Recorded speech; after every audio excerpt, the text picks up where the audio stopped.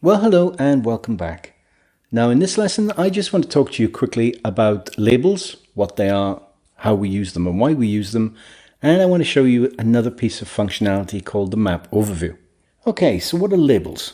Well, labels are customizable tags that you can add to topics or subtopics in your mind map.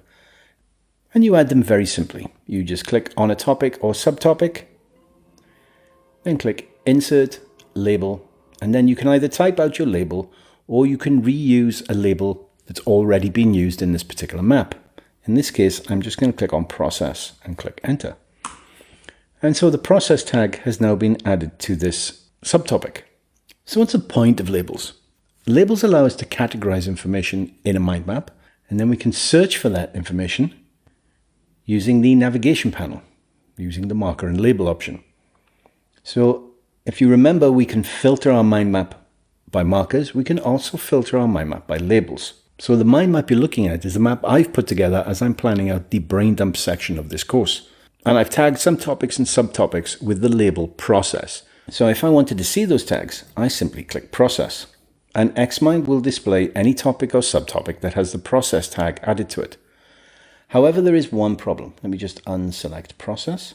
The map needs to be completely open for you to see every topic and subtopic that might have a label or a marker added to it that you're searching for.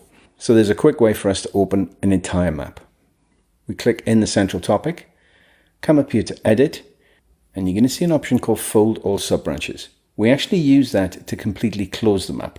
And then once the map is completely closed, we have the option to completely open it by going to Unfold All Subbranches.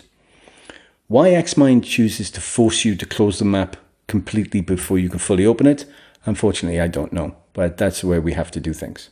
So here's our brain dump mind map, but as you can see, it's too big for our screen. So down here, we have the map overview icon. I simply press that, and an image of my entire map comes up in the lower right of my screen, and a movable square, which represents our screen, gives me a draggable icon that allows me to scroll around the map. And there you go. And if I combine that with perhaps a lower zoom, let's try 80%, then I can work quite comfortably with large maps, even on a laptop screen. So now let's go back up to View, Navigation Panel, Markers and Labels, choose Process, and now I'm able to go through my entire map and look at all of the topics and subtopics that I've added the process tag to. Now don't worry too much about exactly how to use labels at this point. We will be using them later on in the course, so you'll get some hands-on practical experience of working with them. But that's all I wanted to talk to you about in this lesson. As always, thank you very much for your time.